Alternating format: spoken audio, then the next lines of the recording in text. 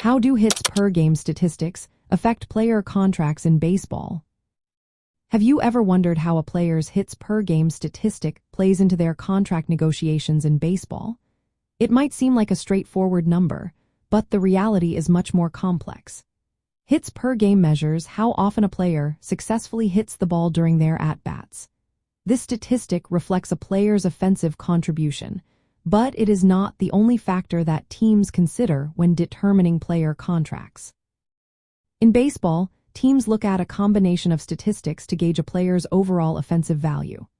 While hits per game is useful, it is often paired with other metrics like batting average, on-base percentage, slugging percentage, and on-base plus slugging.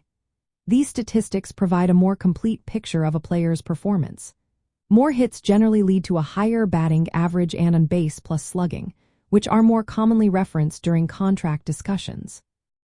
Interestingly, research indicates that after signing a contract, some players may experience a slight drop in traditional hitting metrics like batting average and on-base plus slugging. This suggests that the pressure of contract negotiations and the expectations that come with them can influence player performance. However, hits alone do not fully capture a player's offensive value. They do not account for walks, power hitting, or situational hitting, which are also critical in evaluating a player's worth. From a statistical standpoint, teams often use advanced models to predict player salaries. These models take into account a variety of hitting statistics, defensive abilities, and other factors.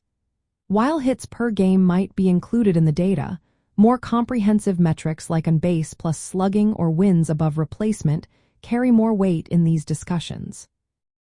If we draw a parallel to hockey statistics and National Hockey League contracts, we see a similar trend. Just as in baseball, single statistics like hits per game are part of a larger evaluation framework. In hockey, hits are tracked as a physical play metric, but they are balanced with scoring, assists, and defensive contributions when negotiating player contracts.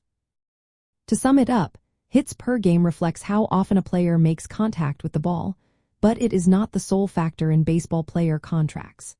Teams relying more on a range of offensive metrics and overall player value.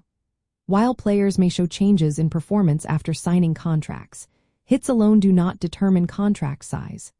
In both baseball and hockey, various metrics work together to ensure contracts reflected a player's overall contribution to the team.